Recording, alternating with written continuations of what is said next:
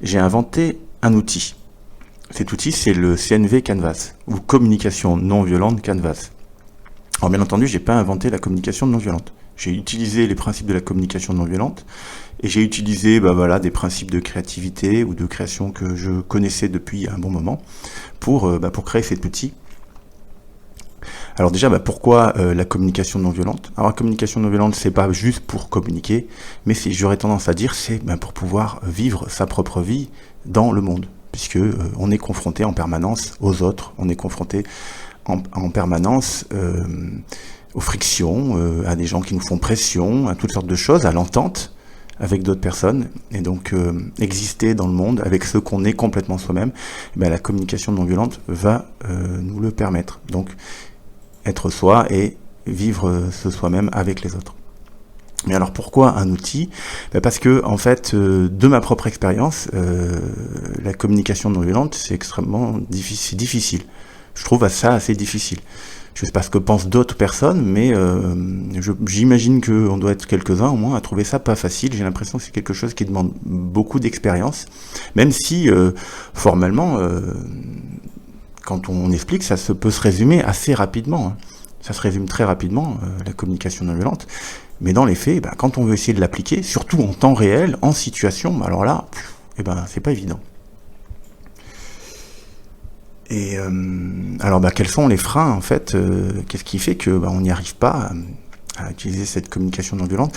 Alors moi, ça c'est personnel, je trouve que on arrive dans une communication, on est en temps réel, et c'est une communication qui déjà d'un seul coup crée un peu une rupture, puisque on peut avoir l'impression d'être que c'est artificiel. C'est-à-dire qu'on va avoir une formulation, quand je te vois me passer devant sans me dire bonjour, j'ai le sentiment que blablabla. Et donc ce sont des phrases qui ont tendance, si on les prend en l'état, à paraître parfois un peu artificielles, où on peut avoir du mal à se dire est-ce que je peux parler comme ça dans la vraie vie.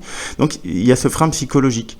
Ça veut pas dire que ce frein il est raisonné, et notamment en fait il est d'autant plus pas raisonné qu'en réalité la communication non violente elle peut être assouplie déjà, et puis je pense que c'est quelque chose qu'on peut apprendre aussi à assumer, mais voilà, mais ça peut faire un premier frein psychologique. Mais ensuite le deuxième frein finalement c'est effectivement le problème du temps réel, quoi. C'est déjà difficile d'identifier toutes les choses qu'il y a identifiées dans la communication non violente, que ce soit les faits, observer les faits, l'observation, les sentiments, les besoins, ou faire une demande concrète. Ça, ce sont des choses qui sont pas faciles à identifier. Il n'est pas facile ensuite d'essayer de formuler ça correctement malgré tout. En plus de ça, à ça se mêle le fait qu'il y a soi, c'est bien, mais il y a aussi l'autre à comprendre. Donc c'est pas 4 choses à identifier. Comme j'ai dit, l'observation, les sentiments, les besoins et la demande, mais c'est 8 puisqu'il y a aussi l'autre avec tout ça. Et sachant que dans chaque case, il peut y avoir plusieurs choses. Et ensuite, encore un dernier point, et qui est peut-être le plus important, c'est qu'on n'est pas toujours disponible, notamment quand on est en colère ou quand on a des grosses frustrations, qu'il y a beaucoup de stress. Mais on n'est pas toujours disponible. Alors le temps réel, on a tendance à s'asseoir dessus, et donc du coup, on peut avoir tendance à abandonner.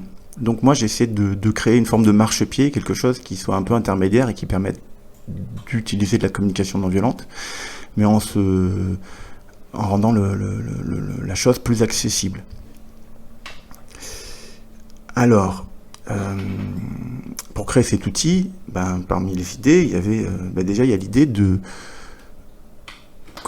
séparer ce qui est de l'ordre de l'entraînement, ou l'ordre de on se pose, on identifie quels sont chaque élément, et puis l'action en elle-même. On peut faire ça tout seul déjà. Il est possible d'agir seul, sans l'autre. Donc à un moment donné où on a le temps de se poser. Après on peut aussi coopérer avec l'autre, mais ça on le verra plus tard. Ce qui peut être intéressant, c'est quelque chose sur lequel on va avoir le temps de réfléchir, qu'on pourra modifier, qu'on pourra corriger, qu'on pourra faire évoluer.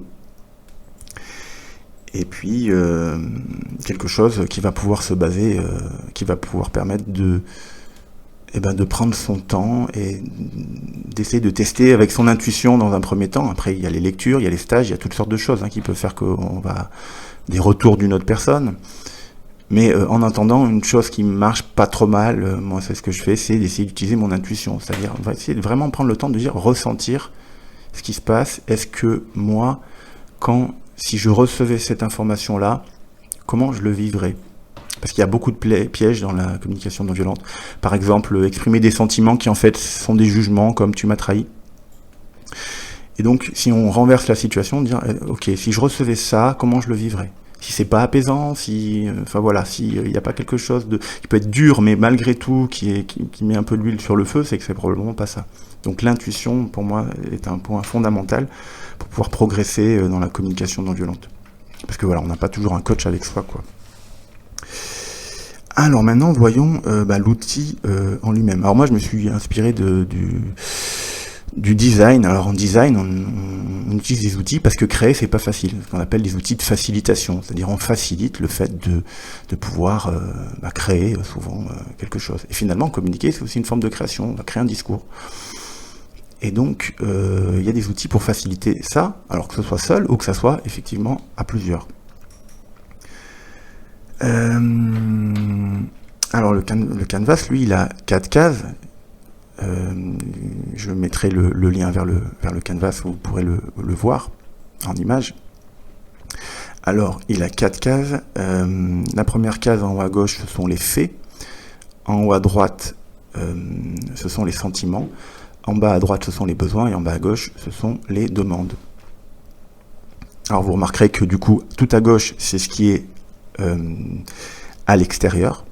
La demande et l'observation, on observe ce qui est quelque chose d'extérieur, et la demande, c'est dirigé vers l'action, c'est l'extérieur, et puis ce qui est à droite, donc les sentiments et les besoins, c'est plus la partie intérieure. Et alors comment on va l'utiliser, ce canvas, on peut appeler ça comme ça, j'ai pas inventé non plus le concept de canvas. Alors les canvas ou les canvas, ce sont des outils avec des cases, bien souvent, où on peut coller des post-it dans les cases, tout simplement, c'est un outil tout simple.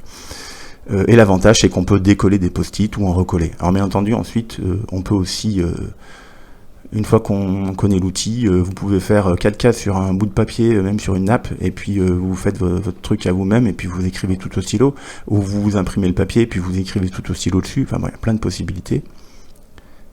Ou vous le posez sur une table, et puis vous découpez des bouts de papier qui sont pas des post-it, on s'en fout, en fait il y a plein de techniques, et puis vous posez sur la table les trucs, alors ça collera pas, mais comme c'est sur la table, ça va tenir, Vous allez mettre dans chaque case différents trucs, et puis vous pourrez retirer un papier, en remettre un autre, rayer, changer, et donc voilà, c'est tout l'intérêt du truc, puisque bien évidemment, dans chaque case, il peut y avoir plusieurs papiers. Par exemple, vous avez observé que telle personne vous a pas dit bonjour aujourd'hui, mais aussi hier, elle vous a pas dit bonjour. Donc, ça fait déjà 2 observations. Et puis juste après, elle est partie en claquant la porte. Donc déjà, ça fait 3 observations. Vous pouvez avoir observé ces 3 comportements. Pareil, dans les sentiments, vous pouvez avoir des sentiments mitigés. Vous pouvez avoir de l'inquiétude et en même temps vous sentir en colère. C'est possible, il peut y avoir plusieurs sentiments. Ça peut répondre aussi à plusieurs besoins, des besoins de... Alors je suis pas un expert en communication non violente, alors je peux dire des bêtises, mais c'est pour que vous compreniez l'idée. Mais besoin de sécurité affective, par exemple, sentir que la relation a tendance à être un peu...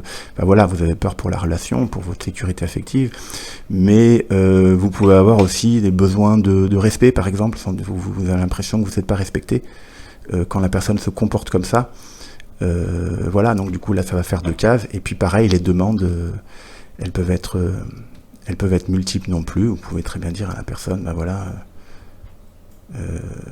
serais-tu d'accord pour en discuter avec moi, et serais-tu d'accord pour ne pas couper le contact et me dire bonjour quand tu passes devant moi. Ça peut être des demandes comme ça, et après la personne elle est en possibilité de refuser ou ne pas refuser les demandes qu'on fait, conformément à la communication non violente, où on ne fait pas des exigences mais des demandes.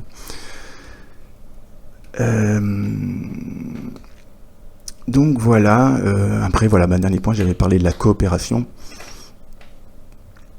Alors bien entendu, oui, on peut utiliser cet outil avec la personne avec qui on peut parler, en lui disant voilà, écoute, moi j'ai un peu des difficultés pour parler de tel truc, et j'aimerais qu'on essaye d'identifier ce qu'on vit l'un et l'autre pour essayer de s'entendre sur tel point. C'est quelque chose qui peut se faire, hein, et utiliser cet outil, notamment si ce sont des conflits récurrents, c'est de se dire écoute, on va essayer d'utiliser un outil qui peut nous aider. Bien entendu, il y a aussi la possibilité d'utiliser l'outil en étant seul. Et ça, l'avantage, c'est que on peut prendre son temps, on peut faire ça un peu sur la durée, parce que souvent dans la communication non violente, c'est ça l'avantage, c'est que c'est pas que du temps réel. Il y a aussi des trucs qui sont récurrents, des problèmes qui sont récurrents, des conflits qui sont récurrents. Donc on peut prendre quelque chose comme ça, qu'on a déjà vécu plusieurs fois, et essayer de s'entraîner dessus, ou de se préparer à pouvoir en parler. Et bien entendu, comme je l'ai dit, avec cette idée que, en premier lieu, ne vous dites pas que vous allez le faire, que vous allez en parler. Que ça soit pas votre enjeu, parce que si vous risquez de pas le faire. Donc, autant en premier lieu, dites-vous, si vous avez tendance notamment à pas vouloir parler des choses, ou à éviter le sujet, dites-vous juste, je vais m'entraîner. Et ensuite, dans un second temps, une fois que vous avez réussi à formuler, essayez de vous dire, ok, maintenant que j'ai oui, parce qu'une fois que vous avez fait identifier tout ça, vous pouvez essayer de formuler ça sous forme d'une phrase, essayer de voir comment je peux aborder ça, comment je peux le formuler. Après, il peut y avoir effectivement l'idée de l'écrire, éventuellement à la personne, si c'est plus simple. Et donc, je me suis perdu. Mais de toute façon, voilà, vous avez l'idée générale, hein, un outil qui va vous permettre de prendre votre temps, de poser les choses, d'y revenir dessus, et de pas avoir ces problématiques de dire moi la CNV, la communication non violente, je suis pas du tout un expert, quoi. Comment je vais faire pour aborder tel sujet en temps réel? Et puis dès que la personne elle va me dire ci ou ça, elle va me dire je m'en fous, je vais m'énerver, je vais pas réussir à lui répondre. Alors vous voyez un peu les problématiques, parce que c'est très très vite fait de faire des faux pas. Souvent on va essayer de parler un truc, alors déjà on va être gêné, il y a plein de manières de se planter, alors que là, on va pouvoir vérifier après coup, de dire ok, est-ce que cette formulation là, elle me parle, est-ce que je pense qu'il y a de la violence dans cette communication, ou est-ce que je ressens que c'est quelque chose qui est apaisé, qui permet de parler du sujet de manière mature. Et ça, l'intuition, vraiment, c'est vraiment le truc qui peut le plus aider. Je trouve qu'en temps réel, la communication non violente, quand on n'est pas expérimenté, c'est très difficile. Mais je trouve ça beaucoup plus facile de pouvoir prendre son temps et d'identifier les choses, aller creuser en soi. Il y a beaucoup d'introspection. Et plus on le fera, et plus on va s'entraîner, et plus ça va être facile. Et c'est ça qu'il faut se dire. C'est que cette compétence, elle se développe. Et donc, voilà, un outil de facilitation, je pense que ça peut être vraiment, vraiment utile. Voilà, j'espère que cet outil pourra vous être utile à vous ou à d'autres personnes. N'hésitez pas à partager à toutes les personnes, ou à l'utiliser en groupe aussi, hein, où il peut y avoir des conflits de groupe. Voilà, moi je le mets en licence libre, donc vous avez le droit de l'imprimer, de l'utiliser, de le modifier en me citant. Voilà, tout simplement. La seule contrainte, c'est de me citer. Dans le lien, vous pourrez l'imprimer. Donc voilà, j'espère que ça va vous permettre, toujours pareil, hein, moi un de mes trucs, c'est de pouvoir vivre avec sa singularité, pouvoir vivre avec ce qu'on est soi-même. Donc j'espère que cet outil va vous permettre d'avancer sur cette voie, être vous-même, vous permettre à d'autres d'être eux-mêmes avec les autres.